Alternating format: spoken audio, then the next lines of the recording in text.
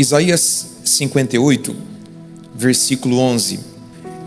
E o Senhor te guiará continuamente, e fartará a tua alma em lugares secos, e fortificará os teus ossos, e serás como um jardim regado e como um manancial cujas águas nunca faltam.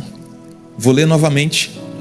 E o Senhor te guiará continuamente, e fartará a tua alma em lugares secos, e fortificará os teus ossos, e serás como um jardim regado e como um manancial cujas águas nunca faltam. Amém. Quem aqui foi corrigido pelos pais quando era criança? Quem?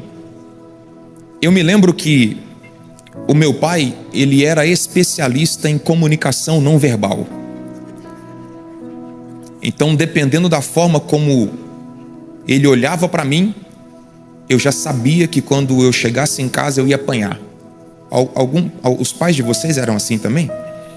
Só de olhar a gente já sabia que quando chegasse em casa, né, o bicho ia pegar.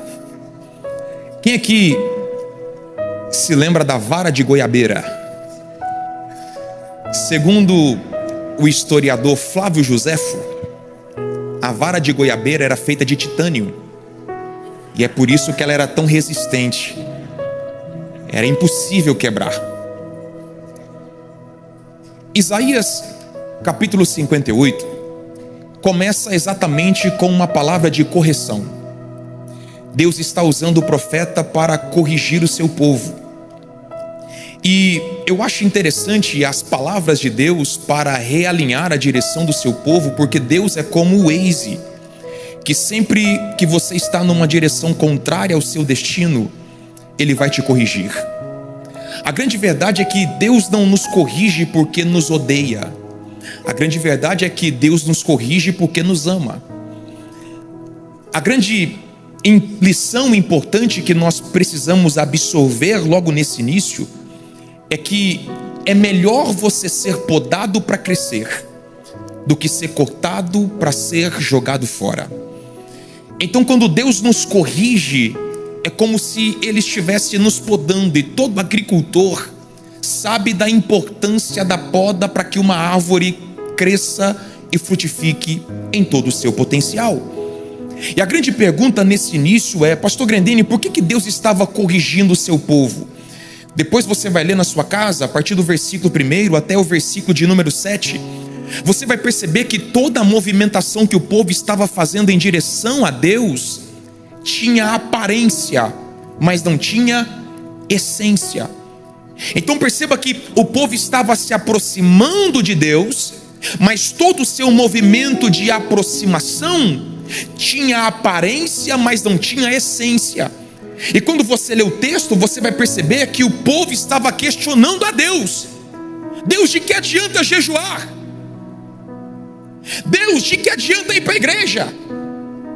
De que adianta entregar uma oferta? De que adianta devolver o dízimo? De que adianta vir na quarta de guerra? O que o povo precisava aprender e entender é que Deus não está à procura de adoração, mas de verdadeiros adoradores. Vou repetir essa parte aqui. O Pai não está à procura de adoração, Ele está à procura de verdadeiros adoradores.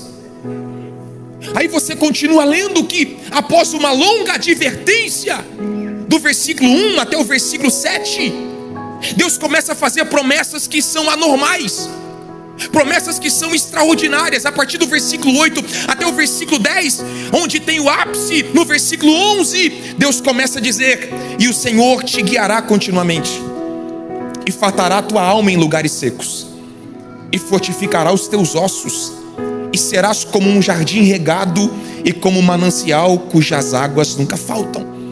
De maneira rápida e prática, eu quero pensar promessa por promessa e aplicar ao seu coração. A primeira promessa que Deus faz, depois de realinhar a direção, depois dessa reorganização de motivação, está exatamente no início do versículo 11. Coloca na tela para mim, por favor. A primeira promessa que nós temos aqui e o Senhor te guiará continuamente. Vamos repetir? E o Senhor te guiará continuamente. Olha que coisa interessante.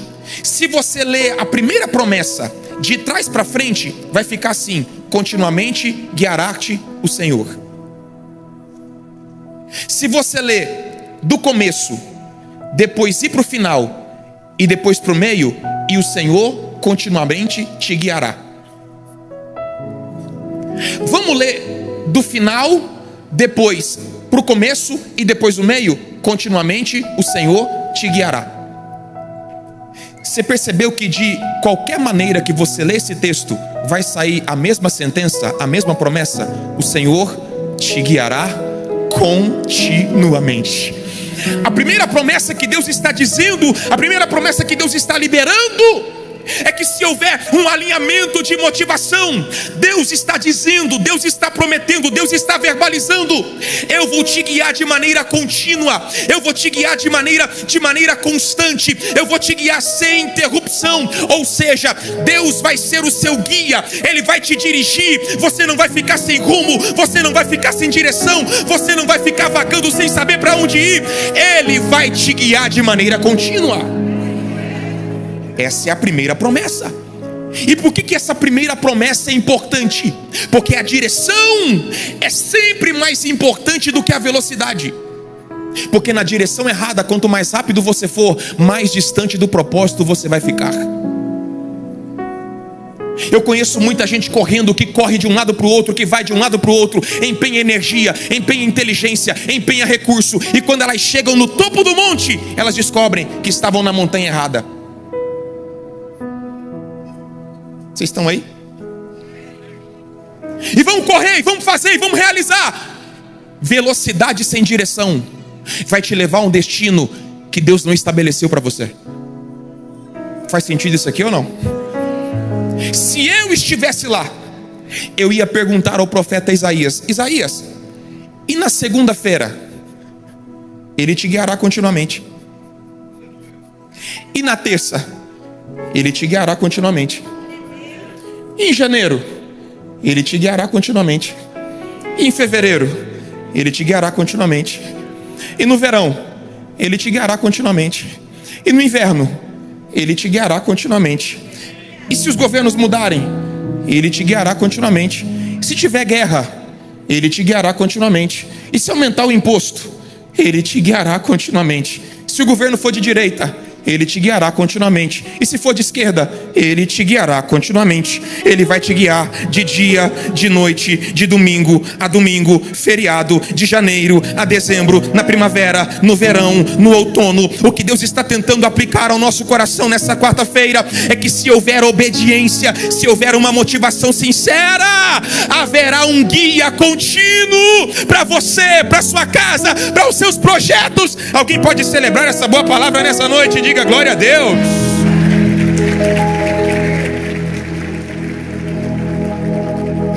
Quando você vai numa cidade desconhecida, numa geografia desconhecida, a melhor coisa que nós podemos fazer é ter um guia. Por quê? Em primeiro lugar, porque o guia sempre vai na frente. E qualquer dúvida que você tiver, você pode tirar com ele. Pastor Grandini, por que o guia sempre vai na frente? Porque o guia conhece a geografia. Por que o guia vai na frente? Porque ele conhece o caminho. Por que o guia vai na frente? Porque ele sabe qual é o destino. Por que o guia vai na frente? Porque ele sabe para onde está nos levando. Isso tem muito a ver com Deus. Murilo, coloca o texto aí para mim. O pessoal está me olhando com a cara esquisita. Êxodo capítulo 13, versículo 21. E o Senhor ia adiante deles, de dia, numa coluna de nuvem, para os guiar pelo caminho, e de noite, numa coluna de fogo, para os alumiar, para que caminhassem de dia e de noite. De dia, nuvem; à noite, coluna de fogo. De dia, nuvem; à noite, coluna de fogo. Era Deus dizendo: vocês não vão ficar perdidos no deserto. Eu vou guiar vocês de dia, e vou guiar vocês à noite. Durante todo o percurso, vocês podem descansar o coração de vocês, porque vocês não vão ficar sem direção, vocês não vão ficar sem rumo. De dia vai ter coluna, à noite vai ser coluna de fogo. De dia vai ter nuvem, à noite vai ser uma coluna de fogo. E o povo ficava olhando para a nuvem. A velocidade quem ditava era a nuvem, a direção quem ditava era a nuvem. Quem ditava a rota, a velocidade, a direção era a nuvem. Levante a sua mão direita para receber essa palavra. A nuvem é a presença de Deus que vai te direcionar, que vai te guiar. Ele não vai deixar você perdido, vagando sem direção. Ele vai te dar uma direção. Ele vai na sua frente. Isaías 45. Aguenta aí para você celebrar. Aguenta aí. Murilo, vamos lá. Isaías 45, versículo 2.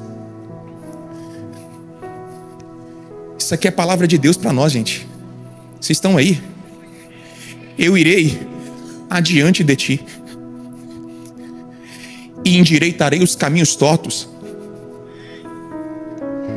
e quebrarei as portas de bronze e despedaçarei os ferrolhos de ferro. Vou ler novamente.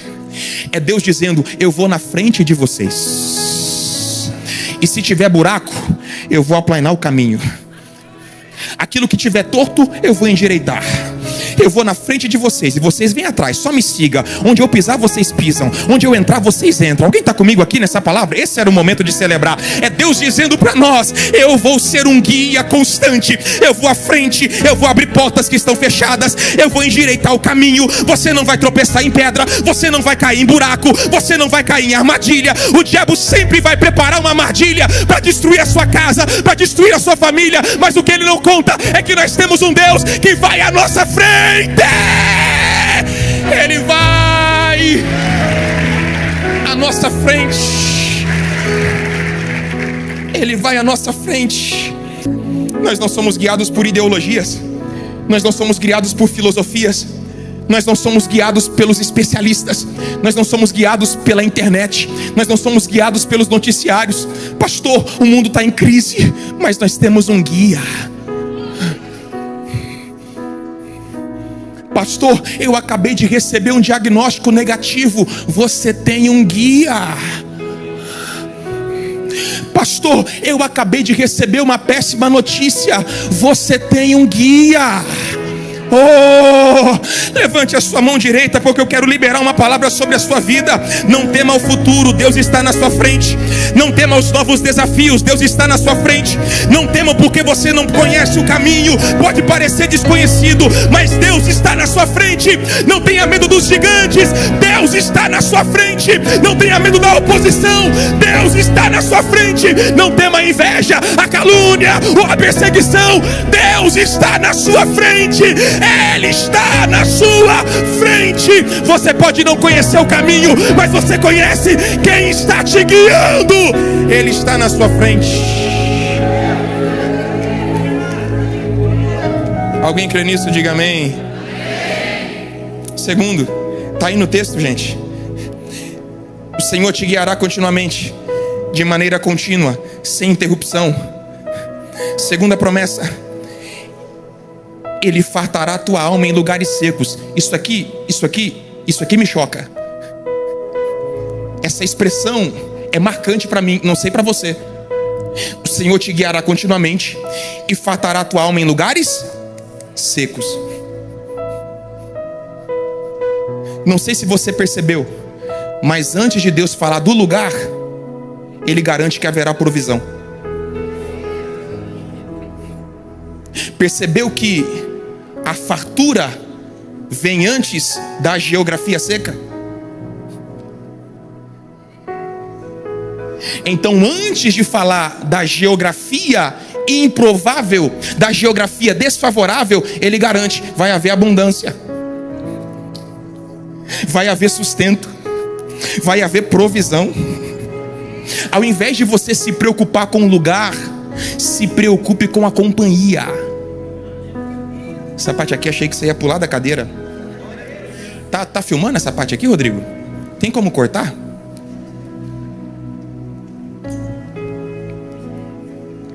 Então vamos de novo, hein?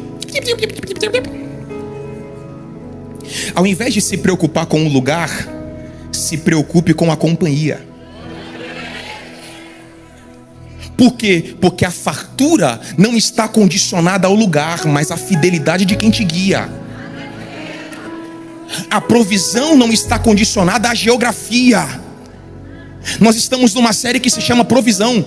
E no domingo passado nós aprendemos sobre a primeira multiplicação dos pães registrada em João 6. E você vai perceber que numa geografia improvável, com recursos insuficientes, no deserto, o que uma padaria levaria semanas para fazer, Jesus fez no deserto, com pouco recurso e com as mãos.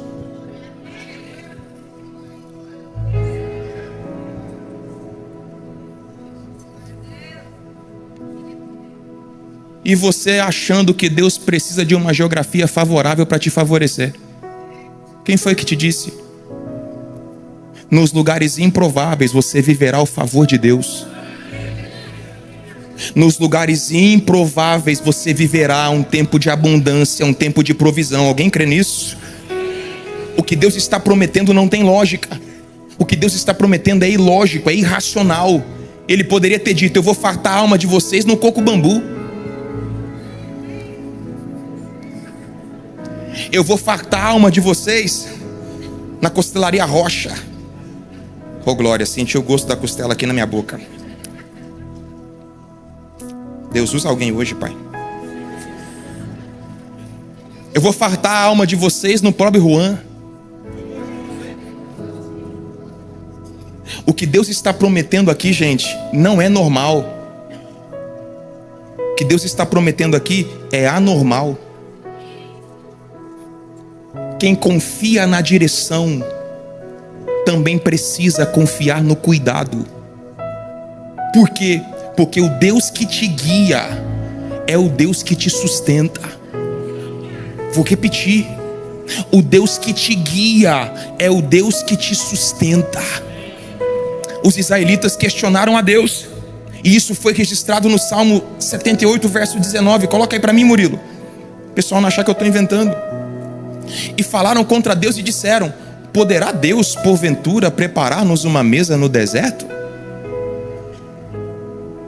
Não foi essa a pergunta que você fez? Será que Deus pode me abençoar com um salário desse? Será que Deus pode me prosperar numa geografia dessa? Será que Deus pode me abençoar se eu sair da faculdade agora? Será que a minha empresa vai crescer sendo tão pequena? Não foi essa a pergunta que você fez para Deus? Será que Deus pode fazer numa geografia incerta, improvável? E Deus está dizendo para você: eu posso. E não só posso, mas como vou. Desse jeito não vai. Vou falar de novo. Não só posso, como eu vou. Porque limitar o poder de Deus a um espaço geográfico, meu irmão, é servir um Deus pequeno demais. Nós servimos um Deus que não depende de uma geografia favorável para nos favorecer. Tem alguém acordado aí do seu lado? Diga para ele: meu irmão, no deserto você viverá coisas sobrenaturais, extraordinárias. Numa geografia desfavorável você viverá o favor de Deus. Alguém pode quebrar o silêncio nessa quarta de guerra para glorificar ao Eterno?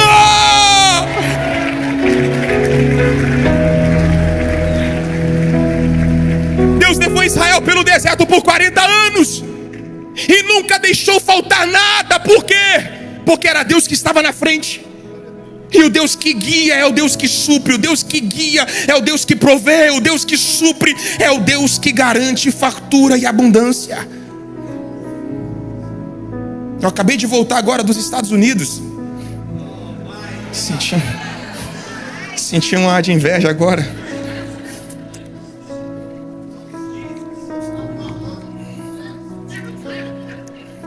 Preguei em Boston, em Massachusetts.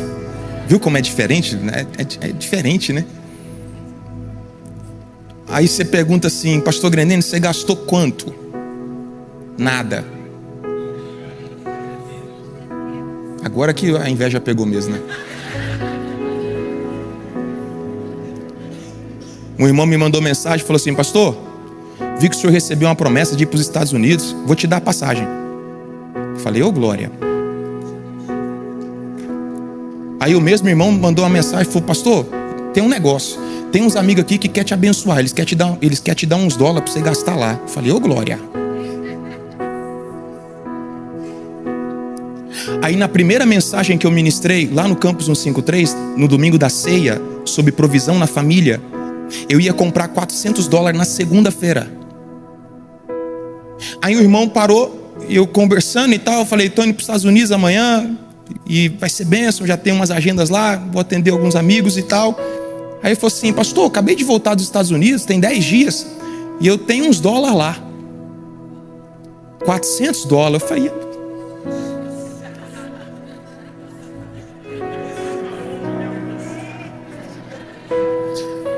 aí eu falei assim, mas como é que a gente vai fazer a transação? Eu falei assim, não, passa lá só para pegar.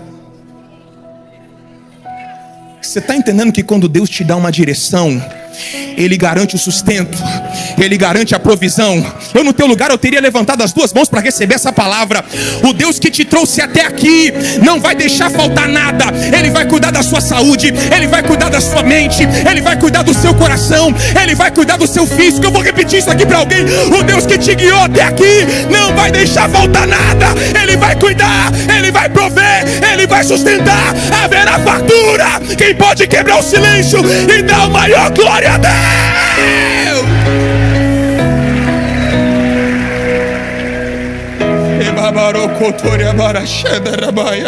Eu sinto Deus aqui. Terceira promessa, já estou terminando. Terceira promessa, Ele te guiará continuamente. Ele fartará a tua alma em lugares secos. Terceira promessa, Ele fortalecerá. Ele fortalecerá, fortificará os teus ossos. Terceira promessa que Deus faz: eu não vou apenas te guiar, eu não vou apenas te suprir, eu vou fortalecer os teus ossos, eu vou fortificar os teus ossos. Quando a Bíblia fala de ossos, a Bíblia fala de estrutura. A Bíblia fala de estrutura. Pastor Grandini, por que os ossos são importantes? Em primeiro lugar, os ossos são importantes porque eles são responsáveis pela sustentação do corpo. Sem os ossos, dificilmente o corpo permaneceria de pé. Em segundo lugar, os ossos são importantes porque eles auxiliam, eles ajudam na movimentação. Porque os ossos servem de ponto de inserção aos músculos, auxiliando no movimento. Em terceiro lugar, por que os ossos são importantes? Porque os ossos também ajudam na proteção. Alguns ossos protegem estruturas importantes como a cabeça, caixa torácica, caixa craniana. Quarto, por que os ossos são importantes? Porque eles servem de reservatório de sais minerais. Nos ossos você encontra cálcio, fósforo, potássio e entre outros. A osteologia, que estuda os ossos, explica sobre uma doença chamada osteoporose. Quem já ouviu falar? Quem já ouviu falar? Pastor Grandini, o que é osteoporose? Osteoporose é uma doença que é gerada por falta de cálcio nos ossos. A osteoporose é a descalcificação nos ossos. Ou seja, uma pessoa que possui essa doença, ela não pode ser submetida a pancadas. Ela não pode ser submetida à pressão. Ela não pode ser submetida à carga. Pastor, o que isso tem a ver com a gente aqui hoje? É que tem muita gente que sofre de osteoporose espiritual. Vou pular essa parte. Pessoal do louvor, pode vir aqui. Aí o pessoal acha que eu estou acabando. Pode vir, vem baterista.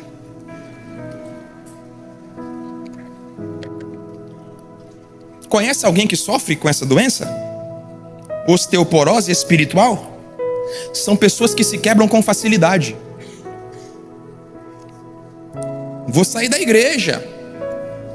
Por quê? O pastor não me vê. Vou sair da igreja, por quê? Porque ninguém me nota.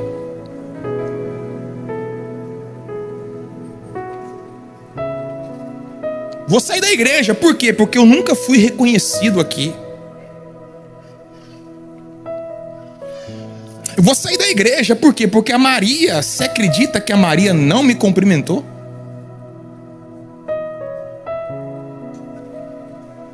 Vou sair da igreja, sabe por quê? Porque o Zé fez um churrasco na casa dele e não me convidou, infeliz.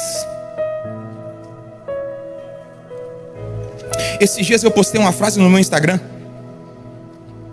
Eu não sei se eu falo aqui, que é pesado, sabe? Eu postei mais ou menos assim: nem tudo é culpa do diabo. Tem coisa que é falta de vergonha na cara mesmo. Aí veio uma moça no meu direct, falou: pastor, estou chateada com o senhor. Falei: por quê, filha? O senhor postou uma frase indireta para mim.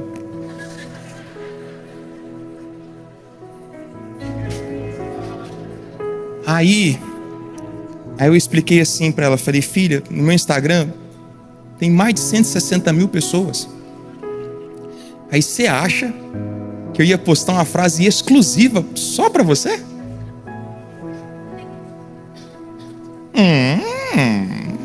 Isso é importante, hein? No meio de uma multidão de pessoas, eu ia arrumar tempo para pensar numa frase que se encaixava na sua vida.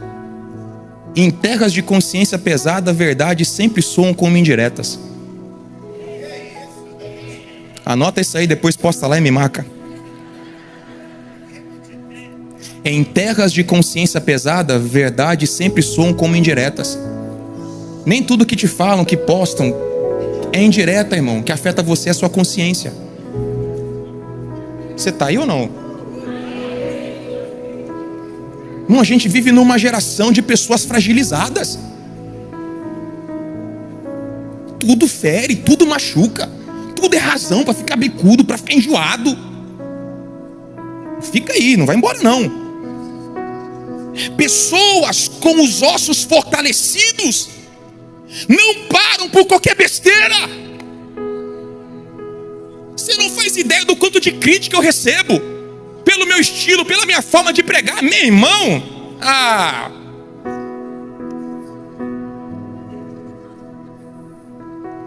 se a gente for parar por causa de crítica, por causa de voeira, por causa de gente chata, bom, a gente não estaria aqui. Sabe por que eu não paro? Porque os meus ossos foram fortalecidos por Deus. Sabe por que eu não desisto? Porque eu tenho um Deus que fortaleceu a minha estrutura. Você pode tecer os maiores elogios que você quiser, eu não vou parar. Você pode tecer as maiores críticas que você quiser, eu não vou parar. Porque os elogios não vão me tirar do foco, e nem as críticas vão me tirar do foco. Eu continuo caminhando, continuo fluindo, porque eu tenho um Deus que fortaleceu a minha estrutura. Oh, aleluia. Pessoas que sofrem, fragilizadas, e por qualquer coisinha querem sair da igreja, querem abandonar o evangelho. Anote isso. Quem entra no evangelho por causa de Jesus nunca sairá dele por causa de pessoas. Quem entra no evangelho por causa de Jesus nunca sairá dele por causa de pessoas. Nenhuma pancada que você tomar a partir de hoje vai comprometer o seu propósito. Alguém crê nisso? Tem alguém aqui recebendo essa palavra? Nenhuma pancada que você levar a partir de hoje vai comprometer o seu propósito, vai comprometer o seu destino. Eu, no seu lugar, eu teria levantado as mãos. Por quê? Porque o Senhor está derramando fortalecimento, fortificação na sua estrutura. Você não vai parar, você não vai desistir, você não vai retroceder. Pastor, eu estou apanhando, e você vai olhar e vai dizer: pode bater mais, porque eu recebi força, eu fui fortalecido, e eu não vou parar.